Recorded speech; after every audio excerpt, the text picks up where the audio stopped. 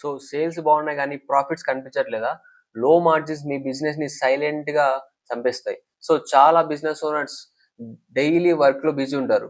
Customers వస్తుంటారు, bills pay అవుతుంటాయి, కానీ మంత్ ఎండ్ వచ్చేసరికి మాత్రం ఆల్మోస్ట్ జీరో మిగిలేదు మాత్రం. సో ఈ స్టేజ్ లో ఓనర్స్ కన్ఫ్యూజ్ అవుతారు, సేల్స్ పెంచాలా లేకపోతే ప్రైస్ పెంచాలా అని చెప్పేసి. సో దీనికి రూట్ కాస్ ట్రూత్ ఏంటంటే ప్రాబ్లం సేల్స్ కాదు, ప్రాబ్లం ఎఫెక్టివ్ కాదు. సో దీనికి ప్రాబ్లం లో మార్జిన్ ప్రోడక్ట్స్ మీద బ్లైండ్ ఫోకస్ చేయడం. సో మీరు ఎక్కువ సేల్ చేస్తున్నారు కానీ తక్కువ ఎర్న్ చేస్తున్నారు.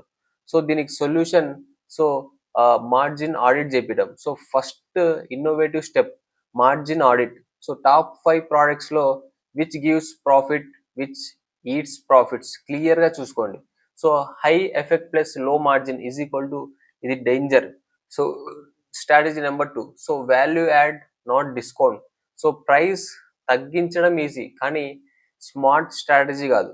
So instead of value add చేయండి. సో ఫాస్ట్ డెలివరీ అని, బెటర్ ప్యాకింగ్ అని, సో గైడెన్స్ లేదా సపోర్ట్ ఇవ్వండి. సో కస్టమర్ వాల్యూ చూస్తారనమాట, సో ప్రైస్ కాదు.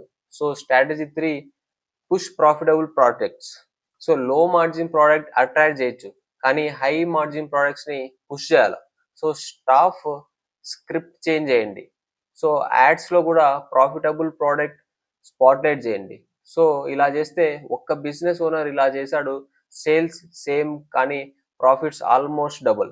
సో మార్జిన్ కాదు, స్ట్రాటజీ.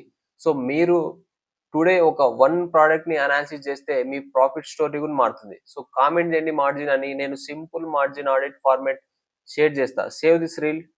Thank you.